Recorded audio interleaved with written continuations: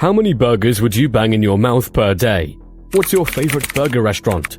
We are pretty sure that you should be having goosebumps from just reading the headline of this video, that one of your favorite restaurant stores is also in the line of ongoing closes. Perhaps you should begin having plans of looking for a new one instead, as a king is just about to go down.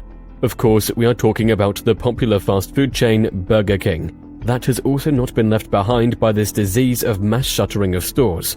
What's making Burger King shut down most of its store locations? Is there any way they can still run? These are some of the questions we will be answering as we progress with this video. Your only task is to sit back, relax and stay till the end so that you don't miss a glimpse of any part of it.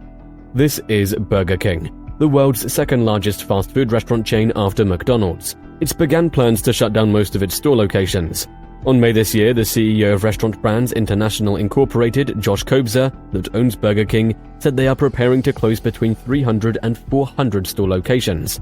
And so far this year, several larger Burger King franchisees have already filed for bankruptcy. Michigan-based EYM King, Illinois-based Tom King's, and Utah-based Meridian Restaurants Unlimited. According to Restaurant Brands International's release among the earnings, 124 Burger Kings have already shuttered this year, bringing the total number in the US to fewer than 7,000 stores.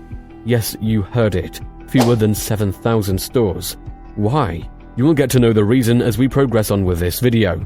But first, let's get to know a bit of history behind the company. Now, Burger King was started in 1954 by James W. McLemore and David Edgerton in Miami. Other sources, however, trace Burger King back to Insta Burger King, a venture founded in Jacksonville, Florida by Keith Kramer and Matthew Burns in 1953. McLemore and Edgerton sold their first franchises in 1959, and Burger King soon became a national chain. The company later expanded outside the US in 1963 with a store in Puerto Rico. Persistently lagging behind McDonald's in sales and profitability, Burger King underwent many changes of ownership and corporate governance.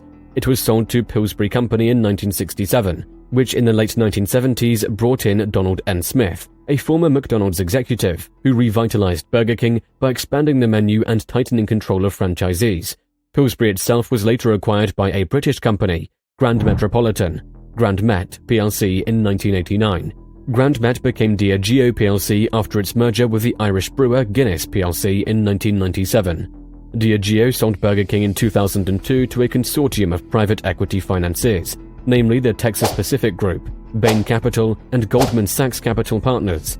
In 2010, 3G Capital, an investment group controlled by the Brazilian billionaire Jorge Paulo Lemann, took over the company in a leveraged buyout. By 2012, Burger King shares were being sold to the public again, but 3G retained a controlling interest. Burger King Worldwide merged with the Canadian donut and fast food chain Tim Hortons in 2014. And this is when the company Restaurant Brands International was formed. In what some critics saw as a tax evasion move, Restaurant Brands International was headquartered in Oakville, Ontario, Canada. Later, Burger King, which was only selling burgers, signed a signature product, and in 2016, the chain took a new direction by adding hot dogs to the menu. This expansion to its menu led Burger King to open up thousands of locations worldwide, and by the dawn of 2019, it had more than 18,000 locations worldwide, thus leading to a new problem that led them to make this current move of shuttering many of their store locations. You see, when you have so many businesses worldwide, and then you realize that some of them aren't that profitable, what move would you make? Probably you will make a decision of shutting all those that are unprofitable and remain with those that are profitable. Now, this is exactly the same case with Burger King.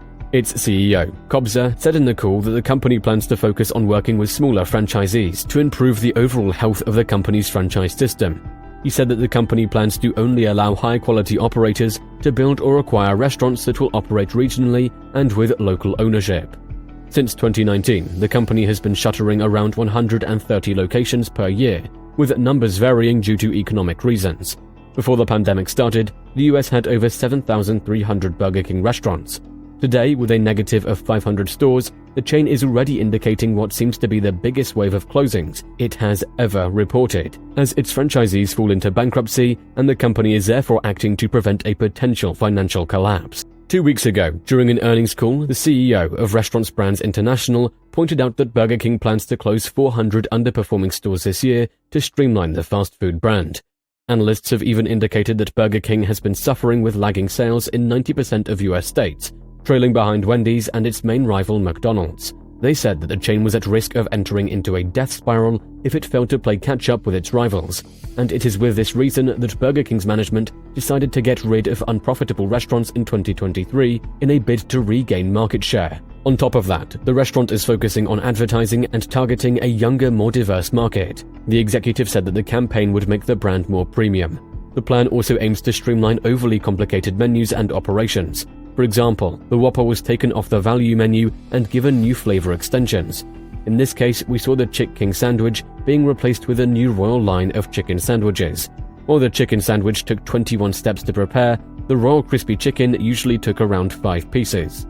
With this alone, prices are likely to hike very badly this year after passing a long 8.5% increase in costs to customers in 2022. This means that Americans will soon have to pay even more for their burgers and its restaurants in 2023. Even though this measure was so pragmatic and unwelcoming for the US citizens, the move was to provide a strategy to offset the major financial setbacks caused by the franchisees' bankruptcies earlier this year. At the same time, the company acknowledged that its revitalization would still result in more franchisees filing for bankruptcies or selling their business to other operators. So far this year, Juggernaut has shuttered a net total of 124 US locations, marking a 1.7% reduction in a single corner. As bankruptcy proceedings evolve, we should continue to witness more and more closures in the coming few months. Most of these shutdowns will occur after an analysis of historical and recent store profitability, occupancy costs, the geographical market, historical and recent sales, and lastly the restaurant's potential to negotiate rent deductions with the applicable landlords and specific operational circumstances according to the court findings. To add on, the high shipping costs, high food prices, decreased availability of labor, and inflation have generally fueled the deadliest cash losses by the company as a result. Although some of the restaurants have remained profitable, others have been constantly operating at a loss, resulting in the debtors' inability to meet their obligations and achieve the financial metrics required under the pre-petition and its agreement. On top of all that, some of the company's biggest franchises had their bonds downgraded last year, and average per store before interest, taxes, depreciation and amortization declined to $140,000 per location in 2022, down 22% since 2018. Industry experts also noted that the restaurant chain's problems significantly rose since the pandemic. Compared to its rivals, the firm was badly positioned when the health crisis struck.